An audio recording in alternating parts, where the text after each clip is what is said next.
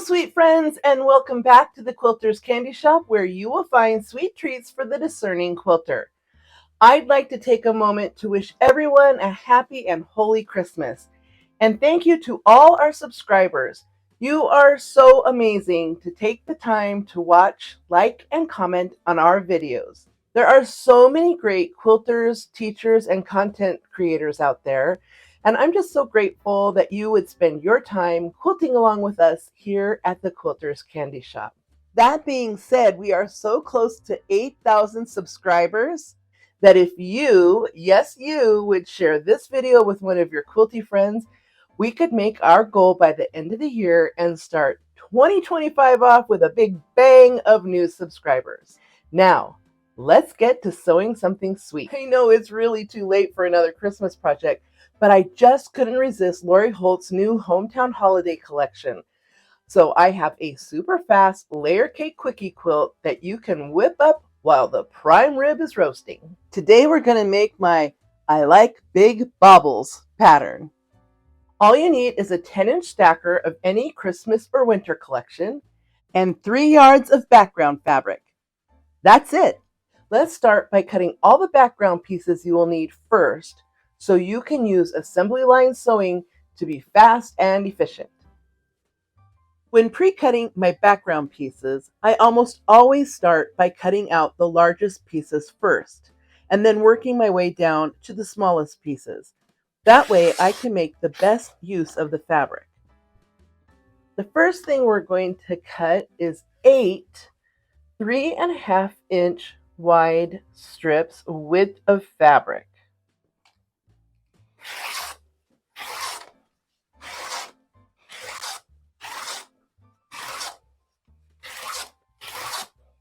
Now you're going to take 2 of these and sew them together end to end to create one long strip. Trim the selvage off and press the seams open. You need to make 4 pair from your 8 strips. Cross cut 2 strips to 79.5 inches long and label them piece number F. Cross cut the other 2 strips at 62 inches long and label them piece G. These are your floating border pieces, so set these aside for later. Next, we're going to cut 15 2.5-inch wide strips width of fabric. And this is number 2 and 3 and 15. I'm going to take 10 of these strips and turn them into 5 double long strips just like before. Do that with all 10 strips, making 5 double strip pairs. And these 5 strips need to be cross cut to 56 inches long. And half of 56 is 28. So I have these folded in half, all lined up, and I'm just going to cross cut them like that. And we're going to label these H, which is our horizontal sashing strips. And so we are going to set these aside. So from the leftover end and the remaining 2.5-inch wide strips, we need to cross cut 24 12-inch pieces. And since we have 10 of them right here, I'm just going to put this on the 12-inch mark, line it up, and cut. So there is 10, and I need 24. So I need to do that again with the remaining 5 strips. I'm just going to line this up like this. There's 2, 4, 6, 8, and 10. I'm going to trim off the end.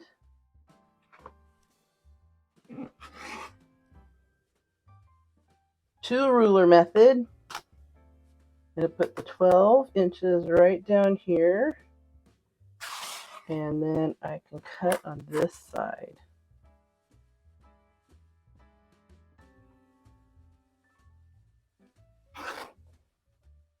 All right, that is fast. So that's another 10. Now all I have to do is open these up and layer 4 together. Put my 12 inches right here.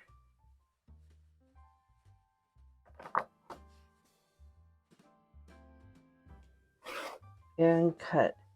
And now I have 24 12-inch pieces. These are the vertical sashing, so we are going to label these C. And again, we're going to set it aside. The next thing we need to do is cut 4 strips 3 3/4 inches wide.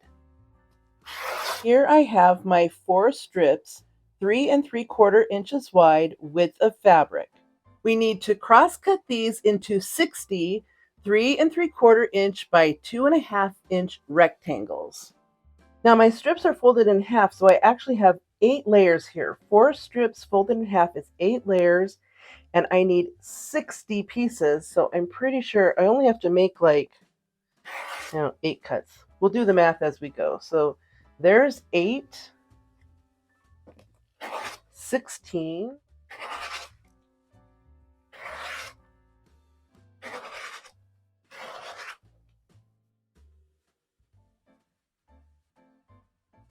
and 6 times 8 is 48.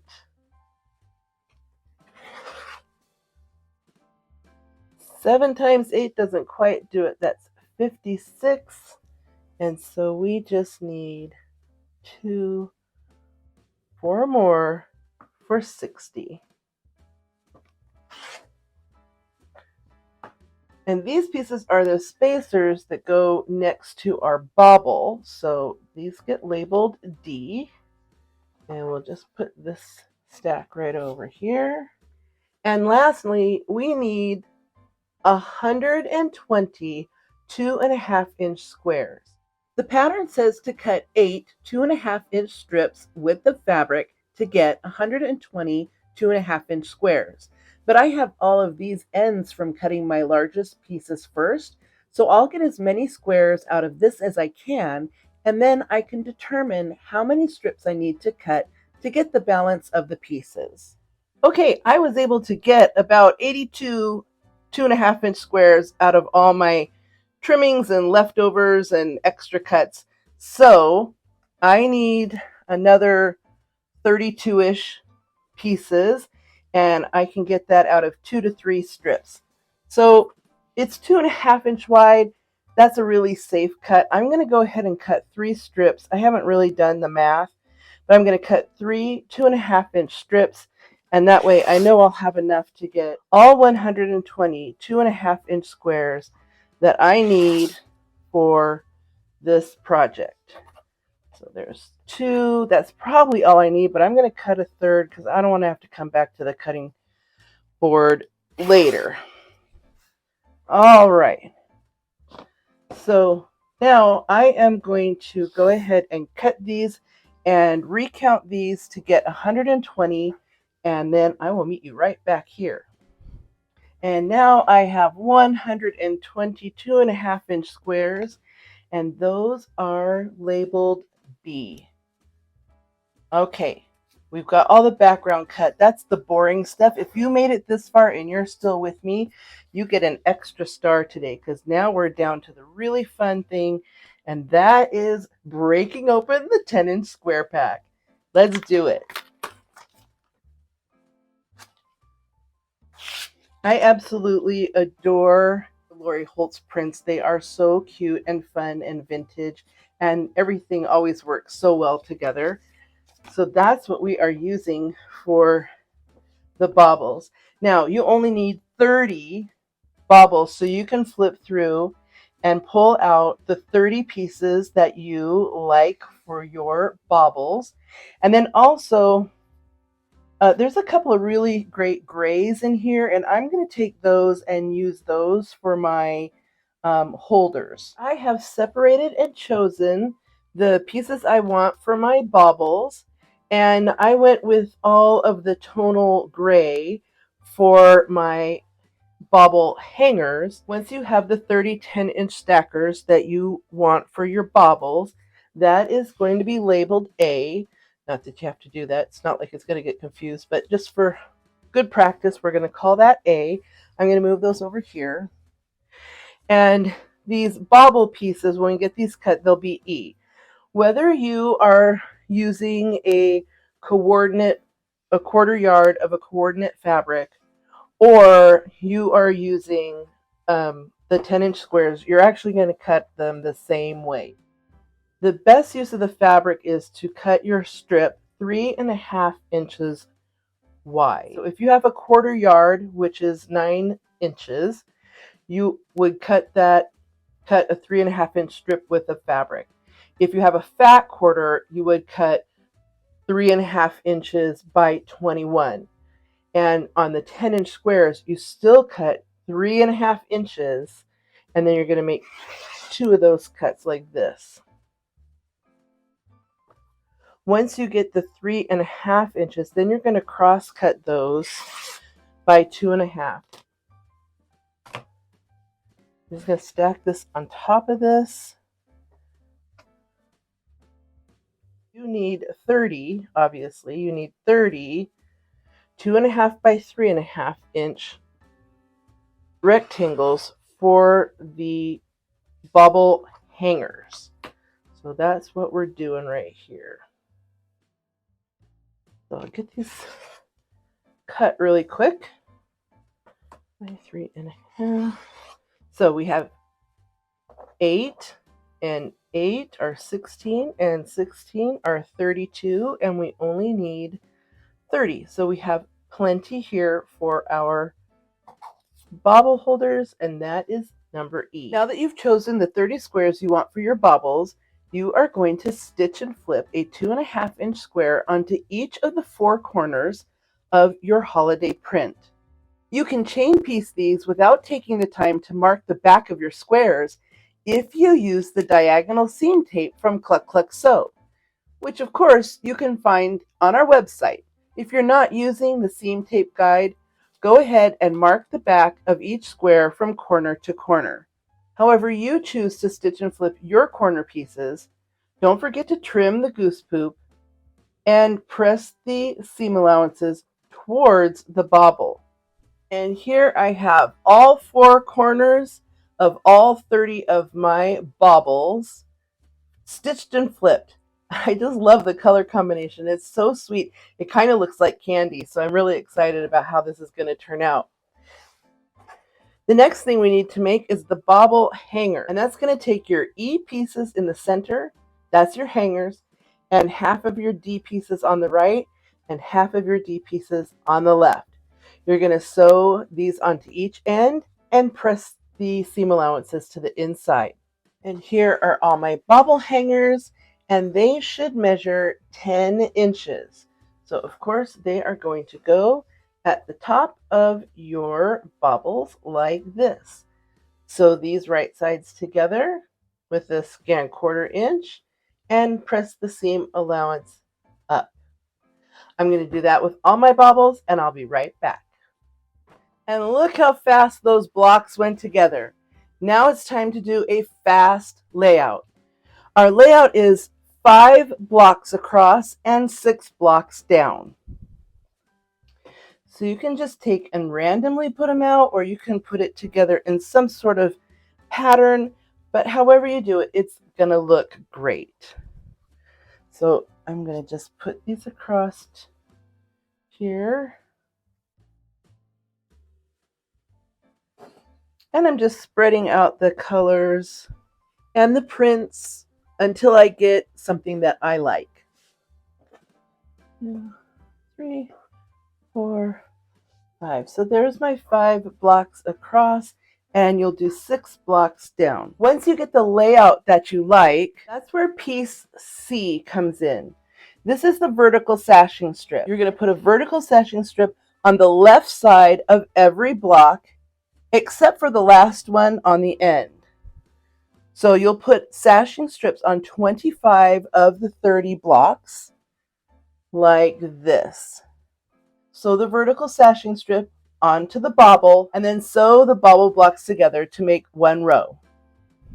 Okay, as you can see, I've got my vertical sashing on, and I've got my blocks sewn together in rows. But before we can sew our rows together, we need to add our horizontal sashing, and that is piece H. These horizontal sashing strips only go in between the rows, so do not put a sashing strip on the top of the top row or on the bottom of the bottom row, just between the rows. And here it is. We got our rows sewn together and our horizontal sashing strips in. And it's just so cute. I just love the colors. This is why I love Lori Holt's stuff. Everything looks great together. And now all that's left is to add the floating border around the outside. So gather your G and F pieces we cut earlier and put your sides on first and then your top and bottom on second. And then the last thing is to decide whether or not you want a border. For a more modern look, you can just stop at the floating border, quilt it and bind it, and it will look great. But if you want to go with a little bit more traditional, then which I think I'm going to do, I'm going to add this 6-inch border around the outside just to frame it all up and keep these baubles in their box. I was tempted to leave it at just the floating border, but now that I have the outer border on, I really like it. It gives it a very finished look. To finish off my quilt, for the backing, I'm going to be using this adorable vintage Christmas tree. I think it's going to hold these baubles perfectly. This turned out to be a pretty large quilt, so it's going to take 6 yards of backing, and I found the perfect print for the binding. Look at that. And that's it. Whew, we did it.